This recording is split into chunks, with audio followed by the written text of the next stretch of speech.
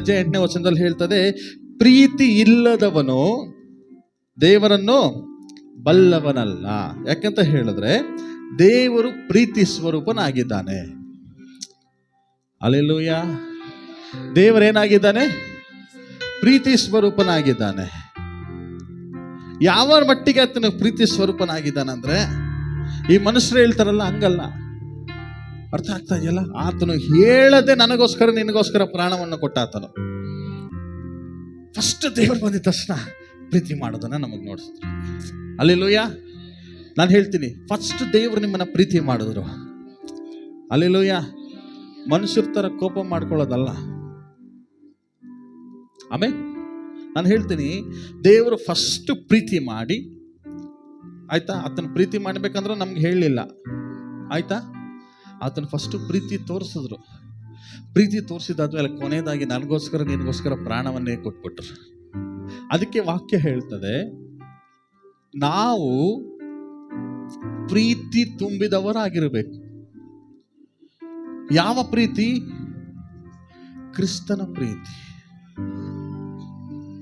ಪುರಿಯದ ನಾ ಸೊಲ್ಲೋದು ಪುರಿಯದ? ಎಷ್ಟು ಜನಕ್ಕೆ ಅರ್ಥ ಆಗ್ತಾ ಇದೆ? ಅರ್ಥ ಆಗಿ ಹೋಗ್ತಾ ಇದೆ ಅನ್ನೋರೊಂದು ಹಲ್ಲೆಲೂಯಾ. ಓಕೆ,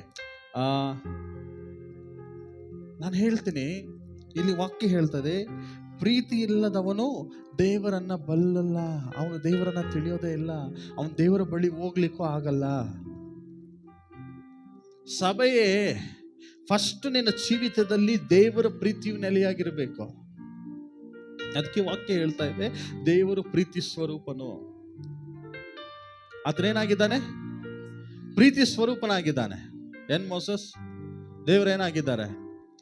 ಪ್ರೀತಿ ಸ್ವರೂಪನಾಗಿದ್ದಾನೆ. ಅರ್ಥ ಆಗ್ತಾ ಇದೆಯಲ್ಲ? ಆತನು ಪ್ರೀತಿ ಸ್ವರೂಪನಾಗಿರೋದಕ್ಕೆ ಇವತ್ತು ನಾನು ನೀನು ಇಲ್ಲಿ ಬಂದು ಕೂತಿರೋದು. ಆತನ ಒಂದು ವೇಳೆ ಎಲ್ಲರ ತರ ಕೋಪ ಮಾಡ್ಕೊಳ್ಳೋದು ಆಗಿದ್ರೆ, ಎಲ್ಲರ ತರ ಮೋಸ ಮಾಡ್ತಕ್ಕಂಥ ದೇವರಾಗಿದ್ರೆ ಇವತ್ತು ನಾನು ನೀನು ಇಲ್ಲಿ ಕೂರ್ತಾ ಇರಲಿಲ್ಲ. ಒಂದು ಸಾಯ್ಬೇಕಾಗಿತ್ತು, ಇಲ್ಲಂತ ಹೇಳಿದ್ರೆ ಎಲ್ಲೋ ಒಂದು ಜಾಗದಲ್ಲಿ ಗೋಳಾಡ್ತಾ ಕೂರ್ಬೇಕಾಗಿತ್ತು. ಎಷ್ಟು ಜನ ನೋಡ್ರಿ ಮುದ್ದಾಗಿ ನಗಿತೀರ.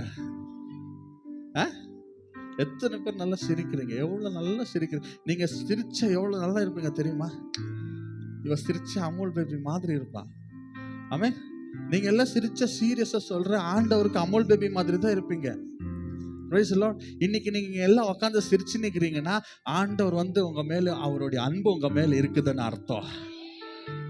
ಆಮೇ, ಇವತ್ತು ಸಭೆಯಲ್ಲಿ ಕೂತ್ಕೊಂಡು ನೀವು ನಗಿತಾ ಇದ್ದೀರಾ ಅಂತ ಹೇಳಿದ್ರೆ ಅದು ನನ್ನ ದೇವರ ಪ್ರೀತಿ ಸ್ವರೂಪನ ಪ್ರೀತಿ ನಿನ್ನ ಮೇಲೆ ಇದೆ ಅಂತ ಹೇಳಿ ಅರ್ಥ. ಹಲ್ಲೆಲೂಯಾ.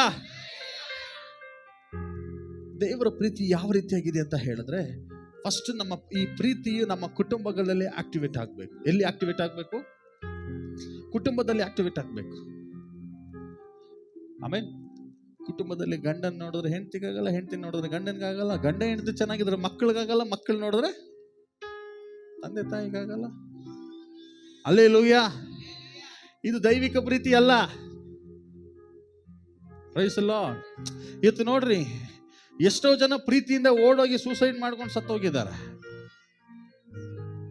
ಆಮೇಲೆ ಅದು ದೈವಿಕ ಪ್ರೀತಿ ಅಲ್ಲ, ಅದು ಜಸ್ಟ್ ಒಂದು ಅಟ್ರಾಕ್ಷನ್ ಅಷ್ಟೇ. ಅರ್ಥ ಆಗ್ತಾ ಇದೆಯಾ? ಆದರೆ ನನ್ನ ದೇವರನ್ನ ನೀನು ಪ್ರೀತಿ ಮಾಡಲಿಕ್ಕೆ ಸ್ಟಾರ್ಟ್ ಮಾಡಿದ್ರೆ, ನೀನು ಸಾಯತಕ್ಕಂಥ ಸಿಚುವೇಶನ್ ಅಲ್ಲಿದ್ರು ನಿನ್ನನ್ನು ಬದುಕ್ತಕ್ಕಂಥ ದೊಡ್ಡ ರಾಜನನ್ನಾಗಿ ಮಾಡೋ ತಾಕತ್ತಿದೆ ನನ್ನ ದೇವರ ಪ್ರೀತಿಗೆ. ನಾನು ಹೇಳ್ತೀನಿ, ಯಾವ ಎಕ್ಸ್ಪೆಕ್ಟೇಷನ್ ಇಲ್ಲ ದೇವರಿಗೆ ನಿನ್ನ ಹತ್ರ. ನಿನ್ನ ಸಂಬಳ ಕೊಡು, ನೀನು ನನಗೋಸ್ಕರ ಬಂಗ್ಲೆ ಕಟ್ಕೊಡು, ನೀನು ತಾಜ್ ಮಹಲ್ ಕಟ್ಟು ಅಂತ ದೇವರು ಹೇಳಲಿಲ್ಲ. ನಿನ್ನ ಹೃದಯ ನನಗೆ ಕೊಡು ಸಾಕು. ವಯಸ್ಸಲ್ಲ, ಹೃದಯ ಕೊಡು. ಆ ಹೃದಯ ಕೊಟ್ಟಿರೋದು ಯಾರು? ನೀವು ಕೊಟ್ಟಿರೋದು. ಹಲ್ಲೆಲೂಯಾ. ಆ ಹೃದಯ ಕೊಟ್ಟಿದ್ದು ಯಾರು ನಿನಗೆ? ದೇವರ ಹೃದಯ ನಿನಗೆ ಕೊಟ್ಟಿರೋದು. ನಿನ್ನ ಮನಸ್ಸು ದೇವರು ಕೊಟ್ಟಿರೋದು ನಿನಗೆ. ಆತನೇ ಹೇಳ್ತಾನೆ, ಏನಂತ ಹೇಳ್ತಾನಂದ್ರೆ, ನಾನು ನಿನಗೆ ಕೊಟ್ಟಿದ್ದ ಪುಟ್ಟ ಹೃದಯ ನಾನು ನಿನಗೆ ಕೊಟ್ಟಿದ್ದೀನಲ್ಲ. Praise the Lord. ಹಲ್ಲೆಲೂಯಾ. ಚಿಕ್ಕದಾಗಿ ಒಂದು ಚಿನ್ನ ಸೌರ ಹೃದಯತೆ ಕೊಡ್ತಿದ್ರಲ್ಲ, ಮಗನೇ ನೀ ಅದೇನಕ್ಕೆ ತರೆಯ ಅಪ್ಪ ಇದ್ದ ಕೇಕರಂಗೋ. ಆಮೇಲೆ ನಿನ್ನ ಆಸ್ತಿ ಅಂತಸ್ತು, ನಿನ್ನ ಬಂಗಾರ ವೈಢೂರ್ಯ ಏನು ದೇವರು ಕೇಳ್ತಾ ಇಲ್ಲ. ಚಿಕ್ಕ ಹೃದಯ ನನಗೆ ಕೊಡು ಸಾಕು. ಹಲ್ಲೆಲೂಯಾ. ಎಷ್ಟು ಒಳ್ಳೆ ದೇವರಲ್ಲ. ಲಾಸ್ಟ್ ಟೈಮ್ ಒಂದು ತಾಯಿ ಮಗಂದು ಸ್ಟೋರಿ ಹೇಳಿದೆ ಅಲ್ವಾ, ಎಷ್ಟು ಚೆನ್ನಾಗಿತ್ತ. ಆಮೇಲೆ ಎಷ್ಟೋ ಜನ ಹತ್ತು ಬಿಟ್ರಿ. ಆಮೇಲೆ ನಾನು ಹೇಳ್ತೀನಿ, ಅದಕ್ಕಿಂತಲೂ ಮೇಲಾದಂಥ ಪ್ರೀತಿ ನನ್ನ ದೇವರ ಪ್ರೀತಿ. Alleluia, hallelujah. ನೋಡ್ರಿ, ಅದಕ್ಕೆ ಮತ್ತಾಯನ ಬರೆದ ಸುವಾರ್ತೆ ಹಾಕ್ಬೇಡ್ರಿ, ಡಿಸ್ಪ್ಲೇ ಮಾಡಬೇಡ್ರಿ. ಎಲ್ಲರಿಗೂ ಇಲ್ಲಿ ಅಬ್ಸರ್ವ್ ಮಾಡ್ರಿ, ಎಲ್ಲರಿಗೂ ಗೊತ್ತಿರತಕ್ಕಂಥ ವಾಕ್ಯನೇ. ಕೆಟ್ಟವರಾದಂಥ ನೀವುಗಳೇ ನಿಮ್ಮ ಮಕ್ಕಳಿಗೆ ಒಳ್ಳೆಯದನ್ನ ಬಯಸ್ತಾರೆ ಅಂದ್ರೆ ನಾವು ಕೆಟ್ಟವರು. ವಾಕ್ಯನಲ್ಲಿ ಏನು ಹೇಳ್ತಾ ಇದೆ ಅಲ್ಲ, ಕೆಟ್ಟವರಾದಂಥ ನೀವುಗಳೇ ನಿಮ್ಮ ಮಕ್ಕಳಿಗೆ. ಹಲೋ, ಅಂದ್ರೆ ಪರಲೋಕದಲ್ಲಿ ಇರ್ತಕ್ಕಂಥ ದೇವರು ಒಳ್ಳೆಯವನು ತಾನೆ. ನಾನು ಹೇಳೋದಷ್ಟು ಜನಕ್ಕೆ ಅರ್ಥ ಆಗ್ತಾ ಇದೆ. ಪರಲೋಕದಲ್ಲಿರ್ತಕ್ಕಂಥ ದೇವರು ಒಳ್ಳೆಯವ್ರು ತಾನೆ. ಆತನ ಮತ್ತೆ ನನಗೋಸ್ಕರ ನಿನಗೋಸ್ಕರ ಇನ್ನೆಷ್ಟು ಪ್ರಿಪೇರ್ ಮಾಡಿ ಇಟ್ಟಿರಲ್ಲ. ಅಲ್ಲೇಲೂಯ. ನಾನು ಹೇಳ್ತೀನಿ, ಯಾರ ಪ್ರೀತಿ ಮಾಡಲಿಲ್ಲ ಅಂದ್ರು, ಯಾರ ಪ್ರೀತಿ ಇಲ್ಲ ಅಂದ್ರೂ ಚಿಂತೆ ಮಾಡ್ಲಿಕ್ಕೆ ಹೋಗ್ಬೇಡಿ. Praise the lord.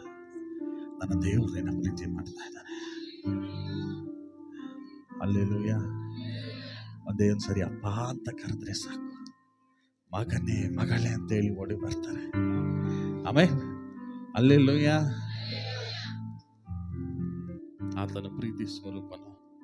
Alleluia, hallelujah, hallelujah. ನೋಡ್ರಿ, ಅದೇ 1 ಯೋಹಾನ 4ನೇ ಅಧ್ಯಾಯದಲ್ಲಿ 16ನೇ ವಚನವನ್ನು ನಾವು ಓದ್ಕೊಳ್ಳೋಣ.